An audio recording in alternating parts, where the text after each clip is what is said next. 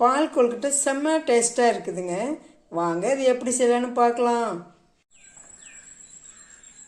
என் அன்பு உள்ளங்களுக்கு வணக்கம். பால் கொழுக்கட்டை செய்கிறதுக்கு என்னென்ன பொருள் தேவைன்னு பார்த்துக்கலாங்களா. நான் கொஞ்சமாக சுக்குப்பொடி எடுத்து வச்சுருக்கிறேங்க. ஒரு 3 ஏலக்காய், அப்புறம் இடியாப்ப மாவு ஒரு 100 கிராம் மட்டும் எடுத்து வச்சுருக்கிறேங்க. இது நான் கருப்பட்டி உடச்சி காய்ச்சி சிறப்பாக எடுத்து வச்சுருக்கிறேங்க. நீங்கள் இதுக்கு பதிலாக நாட்டு சர்க்கரையோ அல்லது அஸ்கா போட்டுக்கலாம், வெல்லம் போட்டுக்கலாம். உங்கள் விருப்பம் தான் இனிப்பு போடுறது. ஆனால் ஒயிட்டை சீனியை தவிர்த்துட்டு வெள்ளை சர்க்கரையை தவிர்த்துட்டு மற்றெல்லாம் யூஸ் பண்ணுங்கள். அது முடிஞ்சளவு, அதாவது ஒரு சில டிஷ்க்கு நம்ம போட்டு தான் ஆகும். நம்ம அதை கொஞ்சம் தவிர்த்துட்டு இதை கொஞ்சம் இந்த மாதிரி நாட்டு வெல்லம், பனை வெல்லம் இந்த மாதிரி கொஞ்சம் யூஸ் பண்ணிக்கோங்க. உடம்புக்கும் நல்லது, அதுக்காக தான் சொல்கிறேன்.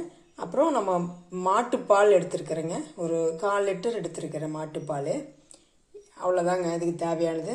ஒரு 10 நிமிஷத்தில் ரெடி பண்ணிடலாங்க. எப்பவுமே ஒரு ஸ்வீட் செஞ்சோம்னா கொஞ்சம் லைட்டாக உப்பு போடணுங்க. இதை உப்பு போட்டு நல்லா கலந்து விட்டுக்கலாங்க. அப்போ தான் அந்த ஸ்வீட் நல்லா நமக்கு டேஸ்ட்டாக இருக்கும். அதுக்காக தண்ணி இந்த மாதிரி கொதிக்கணுங்க. இப்போ நம்ம நிறுத்திட்டு எடுத்து ஊற்றிக்கலாம். கொஞ்சம் கொஞ்சமாக ஊற்றி பேசுங்க, ஒரே அடியாக ஊற்றி பேச வேண்டாம். கொஞ்சம் கொஞ்சமாக ஊற்றி பிசைக்கலாங்க.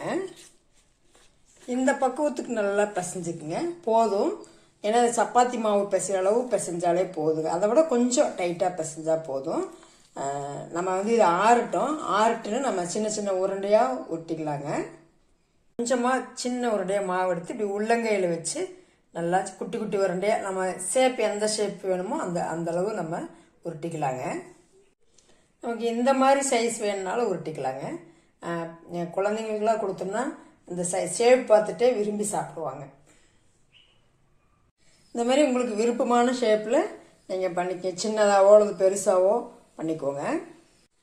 இப்போ பாலை நல்லா காய வச்சிடலாங்க. பால் இப்படி இந்த மாதிரி நல்லா கொதி வந்துருச்சுங்க. ஒரு கொதி 2வது கொதி வந்தோடனே நம்ம கொஞ்சம் அடுப்பை இறக்கலாங்க. இறக்கிட்டு நம்ம இந்த உருட்டி வச்சுருக்கோம் இல்லைங்களா, இந்த கொழுக்கட்டையை ஒன்றா அப்படியே போட்டுக்கலாங்க. போட்டுட்டு நீங்கள் கலக்கி விடாதீங்க. ஒரு 5 நிமிஷம் விட்டுருங்க. அதுக்கப்புறம் நம்ம கலக்கி விட்டுக்கலாம். ஒரு 5 நிமிஷம் அப்படியே விட்டுருங்க. ஏன்னா உடனே கலர்னிங்கன்னா உடஞ்சிரும் உரண்டையெல்லாம். அதுக்காக கொழுக்கட்டெல்லாம் வெந்துருச்சான்னு பார்க்கலாம். சூப்பராக வந்துருச்சுங்க, நல்லா வந்துருச்சு. இப்போ நம்ம சிரப்பு ஊற்றிக்கலாங்க. நான் கருப்பட்டி சிரப்பு வச்சுருக்கேன். நீங்கள் நாட்டு சர்க்கரை, அஸ்கா எது வேணுமோ உங்கள் விருப்பம் ஸ்வீட்டுக்கு போட்டுக்கலாங்க. இது ஒரு 2 நிமிஷம் அப்படியே இதோட இந்த சிரப்போடு அப்படியே கொதிக்கிட்டுங்க. அப்போ தான் அந்த உருண்டையெல்லாம் இடுப்பு பிடிக்கும். அதுக்காக 1 நிமிஷம் கொதிச்சா போதுங்க. இப்போ நம்ம ஏலக்காவும் சுக்கு பொடியும் போட்டுக்கலாங்க. சுக்கு பொடி இருந்தால் போடுங்க, இல்லைனாலும் பரவாயில்ல. ஆனால் சுக்கு பொடி போட்டால் நல்லா ஜீரணமாகும் நல்லா. அதுக்காக நமக்கு இப்போ கொழுக்கட்டை, பால் கொழுக்கட்டை 10 நிமிஷத்தில் ரெடி ஆயிடுச்சுங்க. நீங்கள் பால் ஊற்றும்போது ஒரு 1/4 லிட்டர் பால் ஊற்றிங்கன்னா ஒரு 1/2 டம்ளர் பாக்கெட் பாலாக இருந்தாலும் சரி, ஒரு 1/2 டம்ளர் தண்ணி ஊற்றிக்கோங்க. அப்படியே பாலை மட்டுமே ஊற்ற தேவையில்லை, ரொம்பவும் தண்ணி ஊற்ற வேண்டாம்.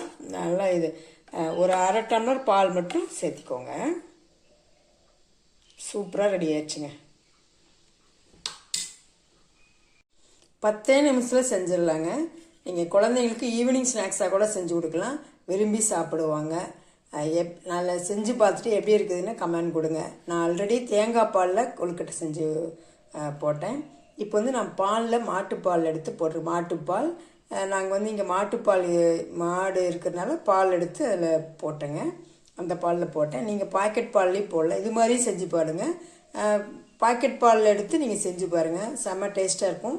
செஞ்சு பார்த்துட்டு எப்படி இருக்குதுன்னு உங்கள் வேல்யூபிள் கமெண்ட்டை கொடுங்க. சப்போர்ட் பண்ணுங்கள், சப்ஸ்கிரைப் பண்ணுங்கள். தேங்க்யூ.